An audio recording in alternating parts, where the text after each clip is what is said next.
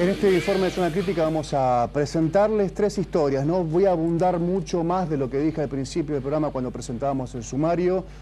Tres historias de vida de personas, de nuestros vecinos, tal vez de nuestros compañeros de trabajo, de escuela, de barrios, de vecinales, de donde sea, que en nada, en 2 segundos le fue arrebatada la vida de un familiar querido de manera brutal y en situación de inseguridad. Muchas veces se plantea si hay que contar, toda muerte es brutal y todo homicidio, ¿no? Violento es brutal y tremendo. Pero muchas veces, y a mi criterio me parece que está bien distinguir aquellos que sean una esfera muy privada, que tiene que ver con conflictos interpersonales, donde tal vez el Estado no puede llegar a tiempo. Pero el Estado debe llegar a tiempo, el Estado, sobre todo el Poder Ejecutivo y los poderes legislativo y judicial, deben llegar a tiempo para evitar que bandas se disputen territorio a balazo limpio y maten nenas, adultos, ancianos, laburantes. Es el caso del que vamos a hablar, o niños, el caso que vamos a hablar con las tres historias que le vamos a presentar. Voy a dedicarle un brevísimo tiempo porque se van a encargar de hablar ellos del recibimiento que tuvieron, de la oportunidad de hablar personalmente con Antonio Bonfatti, el gobernador, y con varios ministros, de la conformidad de la que salieron de esa conversación, de esa charla, de ese encuentro, y de la necesidad ahora sí que tienen los poderes del Estado de dar respuestas. No solamente el declamar que se van a trabajar a conciencia es suficiente. Por supuesto, para esta gente es fundamental que se cumpla con esa promesa. Para no aburrirlos, les presento lo realmente interesante, es la historia de tres personas, de María, de Catalina y de Darío. Tres historias terribles de nuestros vecinos de la ciudad de Santa Fe, víctimas, algunos de sus familiares, del flagelo de la inseguridad.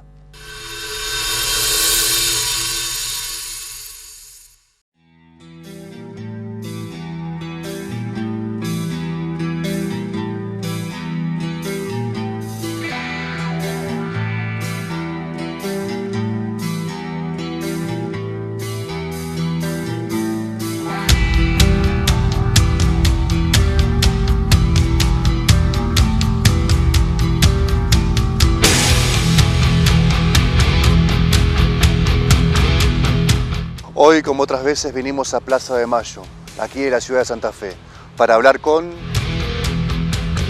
nombre es Catalina Narváez, presidenta de la Asociación Civil Familiares de Víctimas. Y acá estoy para recordar a todos del Estado y en general de que realmente nosotros lo que buscamos es justicia, nada más. Soy Darío Rejola, tengo 56 años. Estoy acá para contar desde los gratos recuerdos el peor momento de mi vida y de mi familia, que fue la muerte de mi padre en una ocasión de robo. Soy María, la viuda de Adrián Escobar, y le voy a contar la horrible situación que me pasó. Que es lo mismo que decir la historia de tres personas, de tres familias, de tres mundos que se vieron brutalmente interrumpidos por la aparición de hechos de inseguridad, de robos violentos en sus casas o a las salidas de su domicilio. Las tres historias que van a escuchar esta noche tienen que ver justamente con ese reclamo. El reclamo al Poder Ejecutivo, a los legisladores y a la justicia para que puedan saldar de alguna manera, no completamente, tanto dolor. Bueno, lo mío empezó el 11 de julio del 2006. Mi nieto estaba con otro chico estudiando, salieron de la casa, de la vivienda del otro chico, y se tirotearon entre bandas y le pegaron un tiro en el pecho y lo mataron. Fue el único que mataron. En Barrio Transporte. El que lo mató era un menor que llevaba la pistola, llevado en una moto por otro mayor, y el arma era de un agente policial. El agente policial salió libre de culpa y cargo, aunque se haya comprobado todo científicamente que el arma era de ella.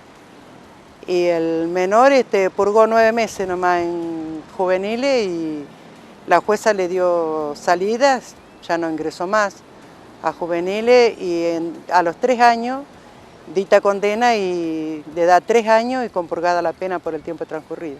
Bueno, en el caso de mi padre, Coco, como se ha conocido en el periodismo momentáneamente, fue asesinado el 24 de febrero del año pasado, cuando 3 delincuentes entraron a casa con intento de robo y lo maniataron, lo encintaron, lo golpearon a él y a mi madre y bueno, le produjeron, mejor dicho, perdón, la muerte. ¿Esto en qué lugar de la ciudad fue? Fue en la zona de Guadalupe Oeste, Ayacucho, Almendén. No podemos determinar en forma concreta con qué ardida o con qué mentira entraron a casa. La cuestión es que golpearon las manos y fueron como queriendo ofrecerse a cortar el césped. Mi padre se negó, por lo que tengo dicho, porque ahí mi madre sí lo confirmó, y le dijo que se vayan y todo, pero bueno, se ve que le han pedido agua, o le han pedido algo, alguna cosa, donde se descuidó, abrieron la puerta y se metieron, y ya fue tarde. Fue un jueves 24 de abril, él entraba a las 2 de la mañana a trabajar. ¿A dónde? Prosegur, en Prosegur. Y a las 1:30 sale, nos da un beso, a mí y mi nena. Cierra y cuando cierra los minutos yo escucho los disparos. Escuché paz, paz, paz, paz. Y entonces ahí cuando yo lo llamo y no me atendía, le mandaba mensaje, tampoco me contestaba. Y nosotros teníamos la costumbre digamos, él, por más que por ahí iba a trabajar de noche, yo lo llamaba y él me decía, mirá flaca, estoy manejando, después te llamo. Pero esta vez nunca me contestó, nada. Y entonces yo hice como 10, 11 llamadas y nada, y nada, y nada. En las últimas 2 llamadas me atienden. Se escuchaban unos ruidos raros. Entonces ahí es donde empieza mi caos, que pensé lo peor, pero como que yo tenía una esperanza. Llamo al trabajo de él. Me dice, no señora, mire, nosotros nos estamos comunicando también y queremos comunicarnos y tampoco no sabemos nada. Entonces yo dije, ¿qué hago? Dije yo. Y en ese momento llamo al 911 y a los minutos acá de 911 me acerca a la comisaría que tengo cerca, que es la 8ª. Y bueno, esperé un rato hasta que me pidieron una foto de él. Bueno, llevé la foto de él, mi documento. Me dicen cómo estaba vestido esa noche. Pero ellos ya sabían que él había dejado de existir, porque esperaron que vengan mis familiares y me dijeron, mire señora, nosotros encontramos una persona con esa descripción que me está dando, pero dejó de existir. Y bueno, ahí empezó todo mi caos.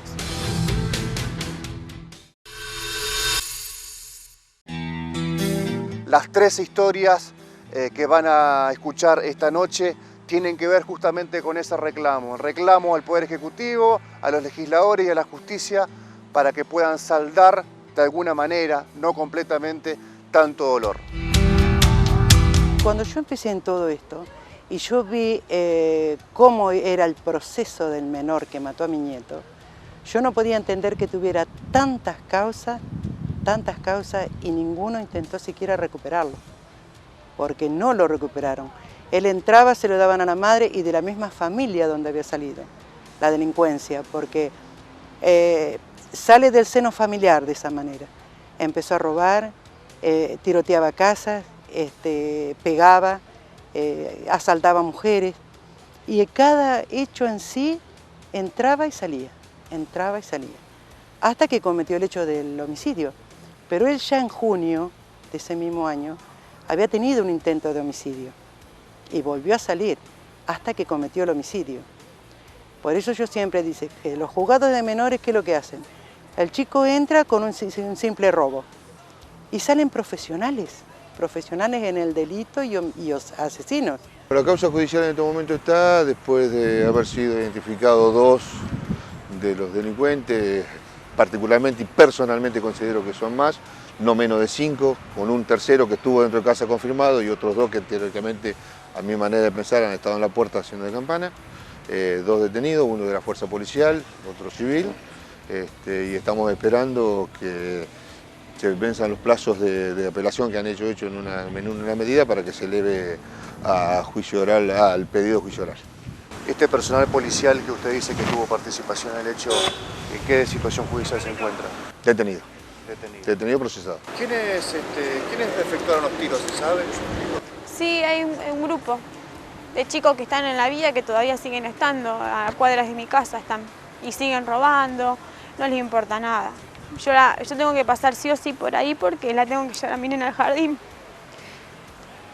Y siguen estando ahí como si nada. Necesitan, en mi caso por ejemplo, necesitan testigos. Pero los testigos no quieren hablar porque tienen miedo. Lo habrán eso, querido robar y bueno, sí sé que quisieron robar la moto y él aceleró. ¿Él no portaba armas? No. ¿Cómo era su relación con este mundo de los reclamos de la familia de las víctimas antes de que le suceda lo que le sucedió a Coco y su mujer? Mira, hoy con mucho dolor y con mucha bronca te reconocer que lo veía pasar por la televisión como uno de los tantos casos de inseguridad que había, sin prestarle la importancia, ¿no? Tendría que haberme pasado el dolor de lo que tengo en este momento y que vamos a seguir teniendo por vida por la muerte de mi padre, para darnos cuenta de que estamos viviendo en una sociedad que es completamente indiferente a los reclamos, que es completamente indiferente sobre todo al compromiso de exigir algo tan fundamental como nosotros, que es la seguridad. Más que la seguridad, la prevención de delitos en contra de la muerte. Porque hoy, en el caso de mi padre, es uno de los tantos que se han producido con muertes, pero a diario tenemos muchísimos que podrían terminar así, que gracias a Dios no termina como la muerte de mi padre. Me metí como prácticamente un policía, porque me metí buscando información, fotos, dónde viven, cómo viven, sus movimientos, gracias a la gente del mismo barrio donde estos chicos pertenecen. Pero no les alcanza, porque ellos necesitan el testigo que diga, mira, yo, fulanito de tal, vi cuando dispararon a tu marido. Eso necesitan. Y sabiendo que, o sea, en el primer momento cuando me pasó esto, automáticamente me llegaron mensajes diciendo fue este, este y este y este. Y ellos saben quién es, pero no le alcanza. La verdad de que por hoy estoy conforme, por hoy. Pero siempre digo lo mismo, no quiero más mentiras ni que se dilate con el tiempo todo esto. Si vamos a trabajar, porque yo hace 8 años que estoy trabajando sola. Con la secretaria y alguna gente que todavía me sigue firme, porque mucha gente se fue, terminó las causas y se fueron. Conforme por el reconocimiento tanto del señor Bonfatti como los ministros, que los reclamos que nosotros hacemos y estábamos elevando hace mucho tiempo, en mi caso hace 1 año y medio, y en el caso de Catalina o de Graciela o cualquiera de los otros integrantes de la asociación, mucho más tiempo atrás, y en esta primera reunión reconocieron que los reclamos son totalmente correctos, ¿no es cierto? Y que también reconocieron las falencias que tienen ellos y que tiene la sociedad hoy por hoy para estar aquí dentro. Fueron promesas hechas y esperemos que se cumplan. Entonces, lo más fundamental de todo es que nos invitaron a conformar una mesa de trabajo, una mesa de enlace junto con las autoridades para desarrollar política, y que se entienda bien, no política la cotidiana, sino políticas de Estado para que la prevención y la seguridad en Santa Fe sea algo importante y sea básicamente muy buena. Es como que sentí que no me fui con las manos vacías. Es como que de parte de ellos, por palabra te estoy hablando, y lo que sentí yo es que se comprometieron. Y es más, dijeron que caso por caso se van a comprometer. Y nada, y siento esto y se lo dije al gobernador, yo quiero y deseo y necesito, porque yo sé que a mi marido no me lo van a devolver, pero necesito que lo metan preso, a todos, y si es menor, que pague la madre. Pero yo necesito por la seguridad de mi hija, porque es por el futuro de mi hija. Mi hija tiene 4 años, por el futuro de mi hija y porque no quiero que quede la muerte impune. Porque mi marido no se merecía morir de esa forma que murió. ¿Cómo lo recuerda Coco? ¿Qué imagen tiene de él? ¿De usted de pibe, de grande, dándole un consejo, retándolo? Del viejo, con una risa muy grande. Tenía una dentadura bárbara, ¿viste? Y esa risa para mí, para mi hermana, mi vieja, mi hijo, mi nieto y los amigos. Ese tipo que se abría, que hacía un asado, que disfrutaba haciendo un locro y invitando a 30 o 40 a comer con él, que era el tipo que... Ese es el tipo que yo me acuerdo. No voy a parar.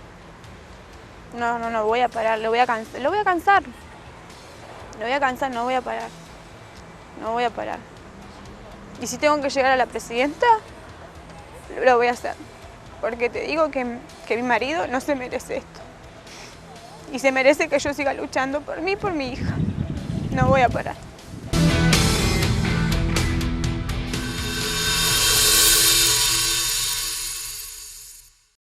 Tres historias realmente impactantes, sobre todo porque toda vida que se pierde de manera tremendamente brutal es una vida que se va a lamentar, pero estas tres en particular, ¿no? La historia de Coco, ese anciano que quería irse a Mar del Plata ese mismo día con su mujer, la historia de Adrián, que a la madrugada salía a laburar para llevar el pan a su casa, un laburante de toda la vida, había conocido a su mujer hace 7 años, fruto de ese amor habían gestado y dado continuidad a ese amor a una nena de 4 años, y la vida de un chiquito que salió a la calle a jugar, tal vez, y fue víctima de una balacera entre bandas, ¿no? Como insisto en este término, ¿no?